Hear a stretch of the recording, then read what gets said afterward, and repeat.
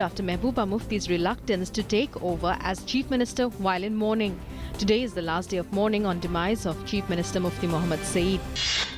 Prime Minister Narendra Modi has expressed satisfaction over the quick response of security forces to the terror attack in Pathankot. During his visit there, the PM said that India is proud of its security forces, and he also held a meeting with senior officers of the Army, the Air Force, the NSG and BSF to review the security situation in and around the area.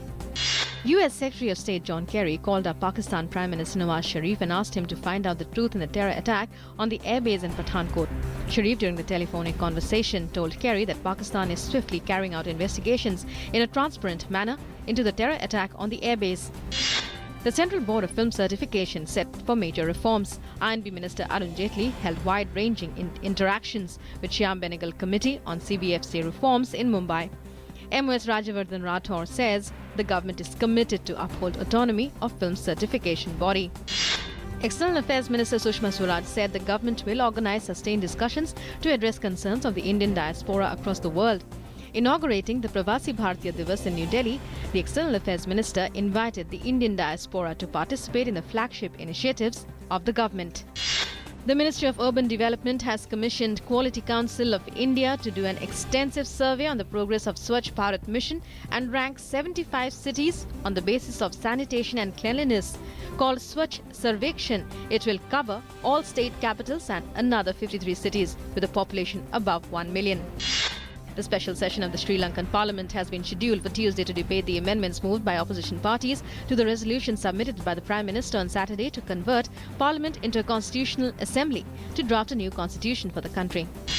Mexican Attorney General's office has said it will begin the process of extraditing recaptured drug lord Joaquin El Chapo Guzman to the US. It said the move was in line with US extradition request from 2014.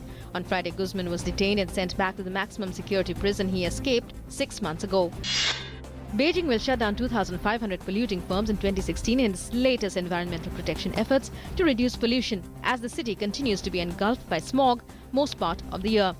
Beijing aims to basically eliminate coal use in 6 downtown districts in 2 years and help 600,000 households shift from coal to clean energy in 5 years.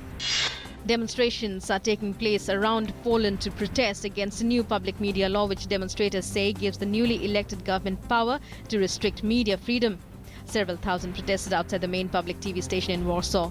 The new laws give the government power to appoint heads of public TV and radio as well as the civil service. The Delhi and District Cricket Association has filed defamation suits in the Delhi High Court against Chief Minister Arvind Kejriwal and Bharatiya Janata Party MP Kirti Azad for allegedly making defamatory remarks against the sports body. India's fast bowler Mohammad Shami has been ruled out of the Australian series after suffering injury again. Bhuvneshwar Kumar will be replacing Shami in the ongoing series against Australia. India have gained another success in their warm-up games in the lead-up to the Australian series. After beating Western Australia 11 comprehensively in the T20 fixture, they displayed a similarly strong performance against the same side in the longer 50-over game. Chasing a total of 250 runs, Western Australia lost wickets at regular intervals and could manage just 185 runs in 49.2 overs. Jaron Morgan made 50 runs and remained the top scorer for Western Australia. Sania Mirza and Martina Hingis continue their dominant run in women's doubles by winning yet another title at the start of 2016. The Sania-Martina pair defeated the German duo of Angelique Kerber and Andrea Petkovic 7-5-6-1 to win the Brisbane International title at the Pat Rafter Arena on Sunday.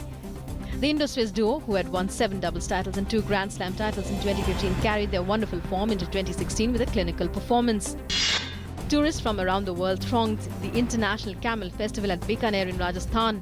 Dance performances were held where camels were seen dancing to the beat of drums. Competitions were also held for the best decorated camels. The famous Camel Festival will conclude today with a traditional procession in Bikaner.